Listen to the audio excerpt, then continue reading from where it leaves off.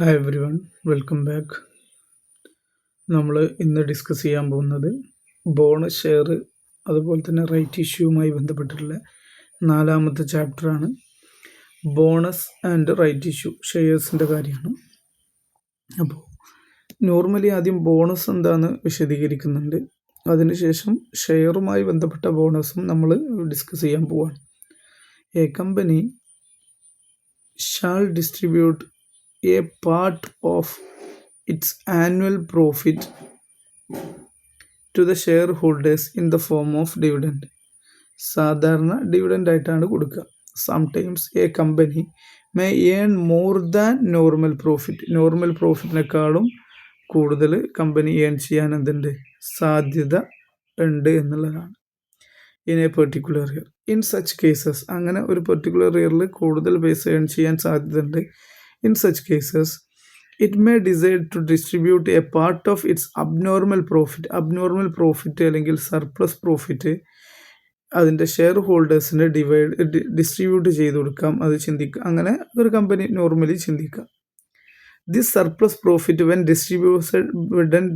Distributed is known as bonus. അങ്ങനെ surplus profit distribute ചെയ്യുമ്പോൾ അതിനെ നമ്മൾ ബോണസ് എന്ന് പറയും.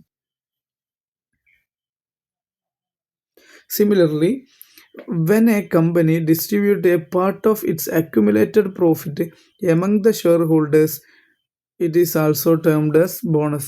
ഷെയർഹോൾഡേഴ്സിൻ്റെ ഇടയിൽ വീതിക്കുമ്പോൾ അതിന് നമ്മൾ എന്ത് പറയുന്നു, ബോണസ് എന്ന് പറയുന്നു. ഷെയർഹോൾഡേഴ്സിൻ്റെ ഇടയിൽ പാർട്ട് ഓഫ് ഷെയർ വീതിച്ചു കൊടുക്കുമ്പോൾ അതിന് നമ്മൾ എന്താ പറയുക, ബോണസ് എന്ന് പറയും. അപ്പം ഈ ബോണസ് ഇവരുടെ ഇടയിൽ വീതിച്ചു കൊടുക്കാനുള്ള മെത്തേഡ് എന്താണെന്ന് വെച്ച് കഴിഞ്ഞാൽ, ഒന്നെങ്കിൽ നമുക്ക് ക്യാഷ് ആയിട്ട് എന്ത് ചെയ്യാം, ഡിസ്ട്രിബ്യൂട്ട് ചെയ്ത് കൊടുക്കുക. Under this method the company pays the bonus directly in the form of cash to the shareholders. Share ഹോൾഡേഴ്സിൽ ക്യാഷ് ആയിട്ട് കൊടുക്കാം. അതേപോലെ തന്നെ bonus share, fully paid bonus ഷെയറും ഇഷ്യൂ ചെയ്ത് കൊടുക്കുക. Instead of paying in cash ആയി കൊടുക്കുന്നതിനേക്കാളും ബദലായിട്ട് പകരം the company may issue fully paid bonus share. Fully paid bonus share company കൊടുക്കുക ടു ദ ഷെയർ ഹോൾഡേഴ്സിന്. This increases the number of share held by them without requiring any additional payment.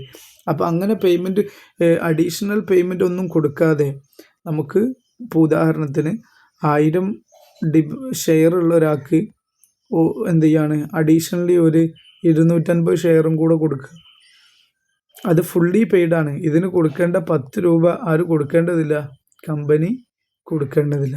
അപ്പോൾ fully paid, 10 രൂപയുടെ 10 രൂപയും പേ ചെയ്തിട്ടുള്ള ഇത് നമുക്ക് എന്ത് ചെയ്യാൻ പറ്റും, ഫുള്ളി പെയ്ഡ് ബോണസ് ഷെയർ കൊടുക്കാൻ പറ്റും എന്നുള്ളതാണ്.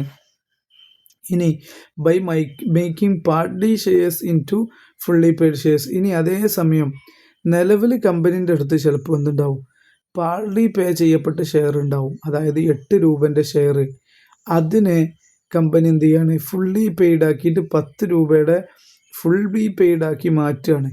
അങ്ങനെ മാറ്റാൻ വേണ്ടിയിട്ടും നമുക്ക് എന്ത് ചെയ്യാൻ പറ്റും, ബോണസ് ഷെയർ കൊടുക്കാൻ പറ്റും. In some cases shareholder may hold partly paid shares. Partly paid shareholders ചില സമയങ്ങളിൽ ഹോൾഡ് ചെയ്യാൻ സാധ്യതയുണ്ട്. The company may apply the bonus to pay off unpaid portion of these shares. അങ്ങനെ ആകുമ്പം ഈ bonus amount unpaid portion, ഉദാഹരണം ഞാൻ പറഞ്ഞു 8 രൂപയെ കമ്പനി 10 രൂപേൻ്റെ ഷെയറിന് കൊടുത്തിട്ടുള്ളൂ. അപ്പോൾ ബാക്കി 2 രൂപ കൊടുക്കാൻ വേണ്ടിയിട്ട് അവിടെ ബോണസ് ഷെയർ എന്ത് ചെയ്യും, ഇഷ്യൂ ചെയ്യും.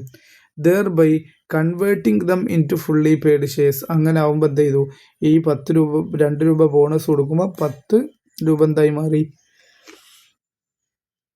ഷെയർ ഫുള്ളി പെയ്ഡായി മാറി. ഇങ്ങനെയൊക്കെ കമ്പനികൾ ചെയ്യാറുണ്ട്.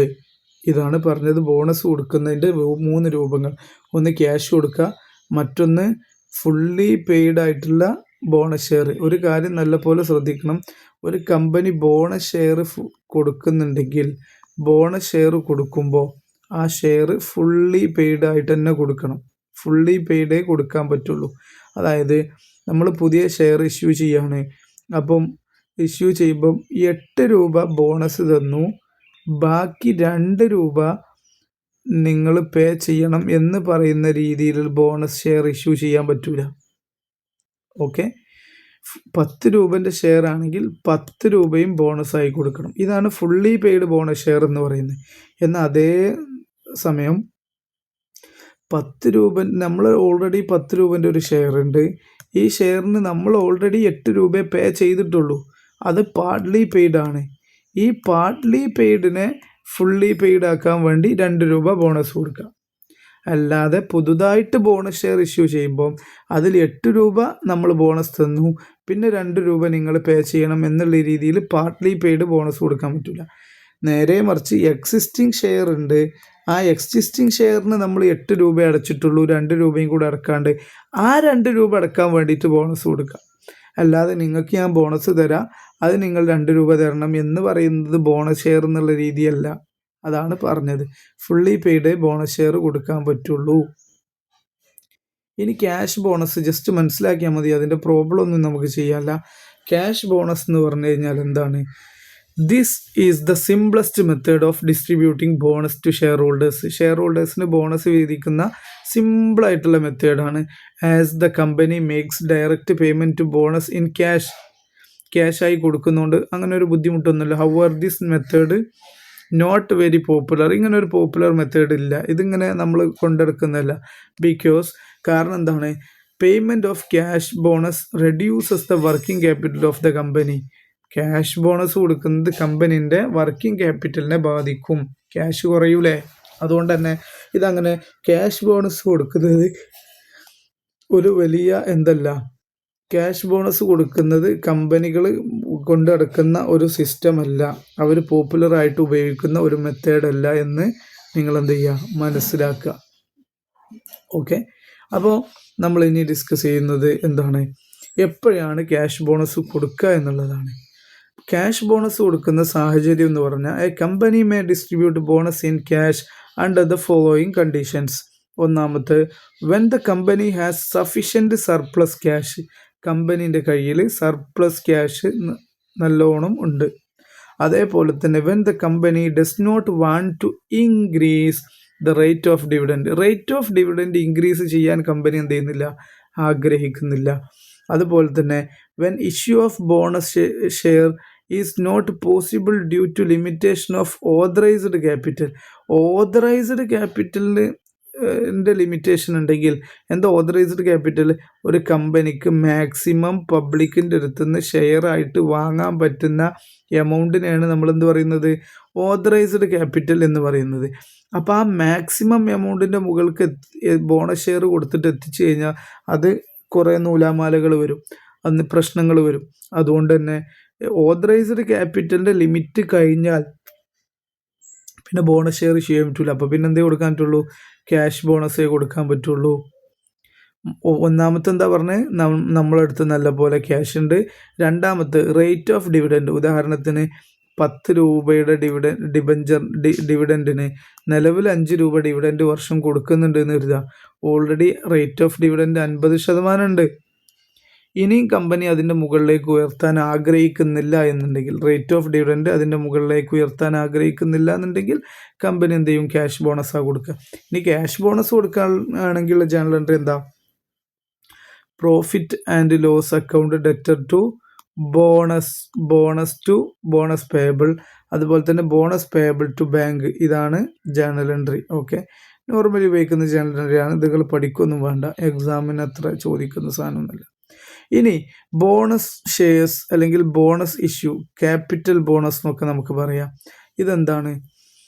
ഫ്രീ ആയിട്ട് കമ്പനി എക്സിസ്റ്റിംഗ് ഷെയർ ഹോൾഡേഴ്സിന് അവരുടെ ഒരു പ്രത്യേക പ്രൊപ്പോർഷനിൽ കൊടുക്കുന്ന ഷെയർ കൊടുക്കുന്നതിനാണ് ബോണസ് എന്ന് പറയുക. ഫ്രീ ആണ്. Bonus shares are those shares which are issued free of cost issue ചെയ്യുന്നതാണ് ബൈ ദ കമ്പനി. ആർക്ക്? To existing shareholders. അപ്പോൾ എക്സിസ്റ്റിംഗ് ഷെയർ ഹോൾഡേഴ്സിന് ഫ്രീ ഓഫ് കോസ്റ്റിൽ കമ്പനി കൊടുക്കുന്ന ഷെയറിനെയാണ് ബോണസ് ഷെയർ എന്ന് പറയുന്നത്. ഇതെങ്ങനെയാണ് കൊടുക്കുക? Out of large reserve. കമ്പനീൻ്റെ അടുത്ത് അക്യുമുലേറ്റ് ആയി കിടക്കുന്ന ഒരുപാട് റിസർവുകളോ ക്രിയേറ്റഡ് ഫ്രം പാസ്റ്റ് പ്രോഫിറ്റിൽ നിന്നും ക്രിയേറ്റ് ചെയ്ത ലാർജ് എമൗണ്ട് ഓഫ് റിസർവുകൾ ഉണ്ടാവും. ആ റിസർവാണ് ഉപയോഗിക്കുക. ഇവിടെ ശ്രദ്ധിക്കേണ്ടത് shareholders do not pay any money for these shares. ഈ ഷെയറിന് വേണ്ടിയിട്ട് ബോണസ് ഷെയറാണ് കൊടുക്കുന്നതെന്നുണ്ടെങ്കിൽ അതിന് പിന്നെ ഒരു ക്യാഷും വാങ്ങാൻ പാടില്ല.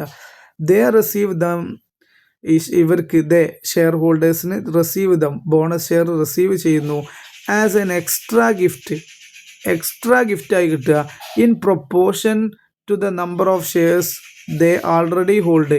അവർ എത്രയാണോ നിലവിൽ ഷെയർ ഹോൾഡ് ചെയ്തത് അതിൻ്റെ പ്രൊപ്പോർഷനിൽ. അതെന്താ പറഞ്ഞത്? അത് സിമ്പിളാണ്, ഒന്നുമില്ല, വളരെ സിമ്പിളാണ്. എന്താ പറഞ്ഞതെന്ന് വെച്ച് കഴിഞ്ഞാൽ കമ്പനീൻ്റെ കയ്യിൽ മൊത്തം 1,00,000 ഷെയർ ഉണ്ട് എന്ന് കരുതുക. 1,00,000 ഷെയർ ഉണ്ടെങ്കിൽ കമ്പനി ഇതിപ്പം 4 ആളുകളുടെ കയ്യിലാണെന്ന് കരുതുക, ABCD. എൻ്റെ കയ്യിൽ 50,000 ഷെയർ ഉണ്ട്, ബിൻ്റെ കയ്യിൽ 20,000 ഷെയർ ഉണ്ട്, സിയുടെ കയ്യിൽ 10,000 ഷെയർ ഉണ്ട്. ഓക്കെ, ഇപ്പോൾ എത്രയായി? 80,000. ഡിയുടെ കയ്യിലും 20,000. ഓക്കെ, ഷെയർ ഉണ്ട്. ഈ ഷെയറുകളാണ്, ക്യാപിറ്റൽ അല്ല, നമ്പർ ഓഫ് ഷെയർസ്. അപ്പോൾ കമ്പനി പുതിയ തീരുമാനം എടുത്തു. എന്താ തീരുമാനം എടുത്തത്? 10 ഷെയർ ഹോൾഡ് ചെയ്യുകയാണെങ്കിൽ 10 ഷെയർ ഹോൾഡ് ചെയ്യുന്ന ആൾക്ക് 2 ഷെയർ കൊടുക്കാമെന്ന് തീരുമാനമെടുത്തു. 10 ഷെയർ ഹോൾഡ് ചെയ്യുന്ന ആൾക്ക് 2 ഷെയർ. ഒന്നും കൂടെ പറഞ്ഞാൽ 5 ഷെയർ ഹോൾഡ് ചെയ്യുന്നവർക്ക് 1 ഷെയർ എന്നും പറയാൻ പറ്റും. അപ്പോൾ ബിക്ക് ഇനി ബോണസ് ഷെയർ എത്ര കിട്ടും? In proportion of their holding. Existing holding 50,000 അല്ലേ? അപ്പോൾ ബിക്ക് എത്ര കിട്ടും? ബിക്ക് കിട്ടുക വളരെ സിമ്പിളായിട്ട് നമുക്ക് കാൽക്കുലേറ്റ് ചെയ്യാം. ബോണസ് ഷെയർ 50,000 രൂപ അയാളുടെ കയ്യിലുണ്ട്. ഇനി എന്താണ്? പുതുതായിട്ട് അയാൾക്ക് 2 ഷെയർ കിട്ടും. എത്ര ഷെയർ ഹോൾഡ് ചെയ്യുന്നതിന്? 10 ഷെയർ ഹോൾഡ് ചെയ്യുന്നതിന്. അപ്പോൾ നമ്മളിത് ഡിവൈഡ് ചെയ്യുമ്പം എന്ത് മനസ്സിലാക്കുക? ഇയാൾക്ക് എത്ര ഷെയർ കിട്ടും എന്ന് മനസ്സിലാക്കുക. ഇയാൾക്ക് അഡീഷണലി 10,000 ഷെയർ കിട്ടും. ഓക്കെ, ഇയാളെ സംബന്ധിച്ചിടത്തോളം ഇയാളത് കാൽക്കുലേറ്റ് ചെയ്ത് നോക്കുക. നമ്മൾ 20,000 ഇൻറ്റു പുതുത് കിട്ടുന്നത് 2, പഴയ എക്സിസ്റ്റിംഗ് ഷെയർ 10. അപ്പോൾ നമ്മൾ ഇതുകൊണ്ട് ഡിവൈഡ് ചെയ്തു. അപ്പോൾ എത്ര ഉള്ളത്? 2,000 ഇൻറ്റു 4 എന്ന് പറയുമ്പം 4,000 ഷെയർ ഇയാൾക്ക് കിട്ടും. ഇയാളെ സംബന്ധിച്ചിടത്തോളം എത്ര കിട്ടും? മാറിപ്പോയാ? ഇല്ല അല്ലേ? 10,000 ഷെയറാണ്. 10,000 ഷെയർ, പുതിയ ഷെയർ 2 കിട്ടും 10 എണ്ണത്തിന്. അപ്പോൾ നമ്മൾ ഡിവൈഡ് ചെയ്തു. ഇയാൾക്ക് 2,000 ഷെയർ കിട്ടും. ഓക്കെ, ഇവിടെ ഓൾറെഡി 20,000 നമ്മൾ കാൽക്കുലേറ്റ് ചെയ്താണ്, അതുകൊണ്ട് 4,000 ഷെയർ കിട്ടും. അപ്പോൾ എല്ലാവർക്കും അവരുടെ എക്സിസ്റ്റിംഗ് ഷെയർ പാറ്റേണിൽ തന്നെയാണ് കിട്ടുന്നത് ഷെയർ. 50,000 ഉള്ള ആൾക്ക് 10, 2,000 ഉള്ള ആൾക്ക് 4, 1,000 ഉള്ള ആൾക്ക് 10,000 ഉള്ള ആൾക്ക് 2,000, 2,000 ഉള്ള ആൾക്ക് 4,000. അല്ലേ? മാറിപ്പോയോ? എന്തോ ഒരു മാറ്റം വന്നിട്ടുണ്ട് അല്ലേ? ഇല്ല, മാറ്റമൊന്നുമില്ല, കറക്റ്റാണ്. കാരണം ഈ 50,000-ന് 10 കിട്ടി, ഇത് മൊത്തമുള്ള 50,000-ന് ഇവിടെയും 10 കിട്ടുന്നുണ്ട്. അപ്പം അവരുടെ എക്സിസ്റ്റിംഗ് ഷെയർ ഹോൾഡിംഗ് പ്രൊപ്പോർഷനിലാണ് കൊടുക്കുക. അത് പറയാനാണ് അപ്പോൾ ഇതൊക്കെ പറഞ്ഞത്. They receive an extra gift in proportion to the number of shares they already hold. അവർ ഹോൾഡ് ചെയ്യുന്നതിൻ്റെ അടിസ്ഥാനത്തിൽ. This bonus share represent a bonus in kind rather than cash. Bonus എന്താണ്? ഇൻ കൈൻഡ് ആണ്, ക്യാഷ് അല്ല. അത്ര മനസ്സിലാക്കിയാൽ മതി, ഒരുപാട് അതുമേ പോകണ്ട. ഇനി ബോണസ് ഷെയറായിട്ട് ഇഷ്യൂ ചെയ്യുന്ന സന്ദർഭങ്ങൾ എങ്ങനെയൊക്കെയാണ്? കമ്പനീൻ്റെ കയ്യിൽ ഹ്യൂജ് റീറ്റെയിൻഡ് ഏർണിങ്സോ റിസർവോ ഉണ്ട് എന്നുണ്ടെങ്കിൽ. രണ്ടാമത്തത് insufficient cash balance to declare dividend കൊടുക്കാൻ ക്യാഷ് ഇല്ല, അങ്ങനെയെങ്കിലും ചെയ്യാം. അത്തരം സാഹചര്യങ്ങളാണ് ചെയ്യുക. അങ്ങനെ ചെയ്യാം എന്നല്ല, അങ്ങനെ അത്തരം സാഹചര്യങ്ങളാണ് ചെയ്യാം. when the company wants to improve the marketability of shares. നമ്മുടെ കമ്പനീൻ്റെ ഷെയറിൻ്റെ മാർക്കറ്റിൽ ട്രേഡ് ചെയ്യുന്നതിൻ്റെ മാർക്കറ്റബിലിറ്റി ഇമ്പ്രൂവ് ചെയ്യാൻ ആഗ്രഹിക്കുന്നുണ്ടെങ്കിൽ ബോണസ് ഷെയർ ഇഷ്യൂ ചെയ്യും. അതെന്താ കാരണം? ബോണസ് ഷെയർ ഡിക്ലെയർ ചെയ്ത് കഴിഞ്ഞാൽ കുറേ ആളുകൾ നമ്മുടെ ഷെയർ വന്ന് വാങ്ങും. മാർക്കറ്റിൽ വലിയ എമൗണ്ട് വരും ഡിക്ലെയർ ചെയ്യുമ്പോൾ. കാരണം എന്താ? ഒരു ഷെയർ വാങ്ങിയാൽ അടുത്ത ദിവസം നമുക്ക് ചിലപ്പോൾ 1 ഷെയറും കൂടെ അധികം കിട്ടാൻ പോവുകയാണ്. ചിലപ്പോൾ 10 ഷെയർ വാങ്ങിയാൽ ചിലപ്പോൾ 2 ഷെയർ അധികം കിട്ടാൻ പോവുകയാണ്. അപ്പോൾ അതുകൊണ്ട് when the value of fixed asset exceeds the capital of the company.